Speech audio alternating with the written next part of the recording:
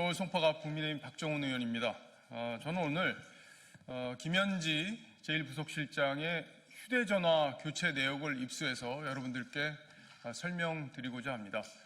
이재명 대통령이 사법 리스크로 굉장히 어려움이 있을 때마다 그때마다 폰을 교체한 사실을 저희가 확인을 했습니다. 지금부터 자세히 설명을 드리겠습니다. 이 기록은 KT로부터 저희가 국감 자료로 요청해서 받은 자료라는 점을 말씀드립니다.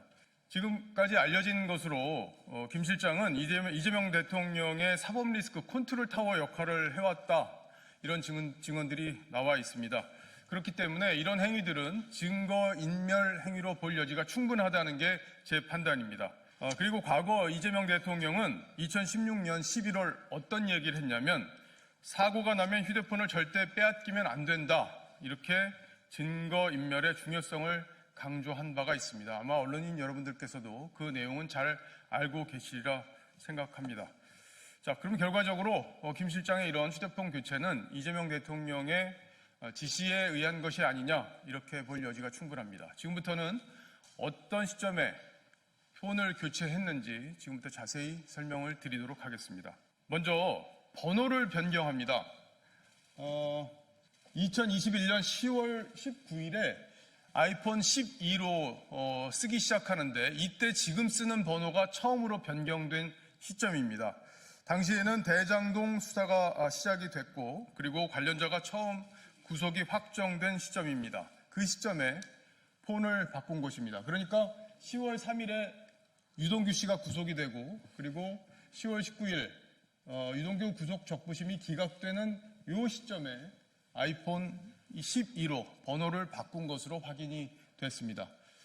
그 다음에 2021년 12월 27일에도 아이폰 13으로 한번 교체를 하고요. 그리고 이게 시점을 보시면 여러분도 아시겠지만 2달 만에 번호를 바꾸는 겁니다. 폰을 바꾸는 겁니다. 2달 만에 바꾸는 것은 상식적으로 잘 이해하기가 어려운데요. 그때도 유한기 전 성남도시개발공사 개발사업본부장이 유서를 남긴 채 극단적인 선택을 한 시점이었고, 그리고 같은 해 12월 21일 고 김문기 전 성남도시개발공사 1차장이 사망을 한 시점이기도 합니다. 당시에도 굉장히 많은 논란이 있었고, 관련해서 여러 가지 이재명 대통령을 향한 여러 가지 의혹 제기가 있었던 시점이라는 것 여러분도 기억하고 계실 겁니다. 자, 다음은 대북 송금 수사가 한창이었던 2023년 9월 9일에 또 다시 전화를 교체합니다. 9월 9일이었습니다. 2023년 9월 7일에는 어떤 일이 있었냐? 이화영 부지사가 대북 송금 사건과 관련해서 관련 내용을 이재명 당시 경기지사에게 보고했다, 이렇게 했던 진술을 번복하는 시기가 있었습니다. 여러분들 기억하시죠? 이게 검찰의 압박 때문에 그렇게 진술했던 거다, 이렇게 말을 바꿔서 논란이 있었고, 이 당시에 김현지 실장이 설주환 변호사를 교체하는 데 관여했다는 설주환 변호사의 직접 증언이 나오기도 했던 바로 그 시점입니다. 2023년 9월 8일 수원지검이 중앙선관위를 압수수색해서 이재명 대통령 후보자의 2021년 민주당 대선 후보 경선 당시에 후원자 명부 그리고 계좌 내역을 확보한 시점이기도 합니다. 관련해서 폰을 교체한 당일에 이재명 대표가 대북 송금 관련해서 검찰에 출석한 날이기도 합니다. 그러니까 묘하게 이런 시기에 김현지 실장의 폰이 교체됐다는 것 여러분께 분명히 설명을 드리겠습니다. 그리고 최근에 이해할 수 없는 폰 교체가 또 있었습니다. 국정감사 시작일인 10월 13일에 오전 10시 36분에 아이폰 17로 교체가 됐습니다. 기존의 아이폰 14였죠. 이렇게 교체가 됐는데 불과 9분 만에 다시 아이폰 14로 교체가 됩니다. 그러니까 유심을 끼웠다 막혔다 한 걸로 볼 수가 있는 상황이죠.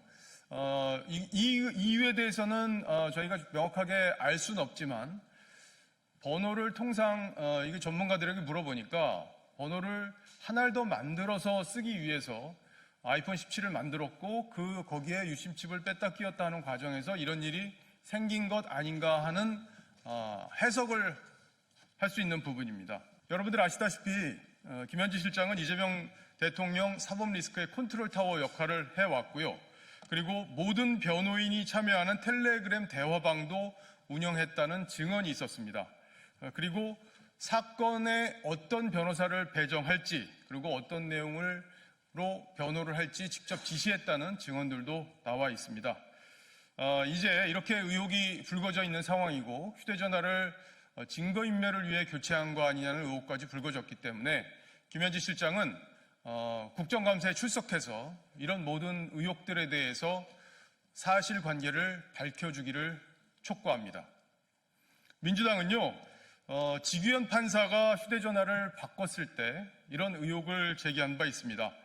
비리 의혹을 덮기 위해 수시로 휴대전화를 교체하는 정황이 드러났다. 이렇게 얘기한 바 있습니다. 민주당 논리대로라면 이렇게 여러 차례 휴대전화를 교체한, 그것도 아주 의심스러운 시기에 교체한 김현지 실장에 대해서는 더 큰 의혹이 불거지는 게 합리적으로 맞다. 이렇게 볼 수 있을 겁니다. 참고로 이 자료는 저희가 국감 자료를 통해서 KT의 요구에서 받았다고 모두에 설명을 드렸는데요.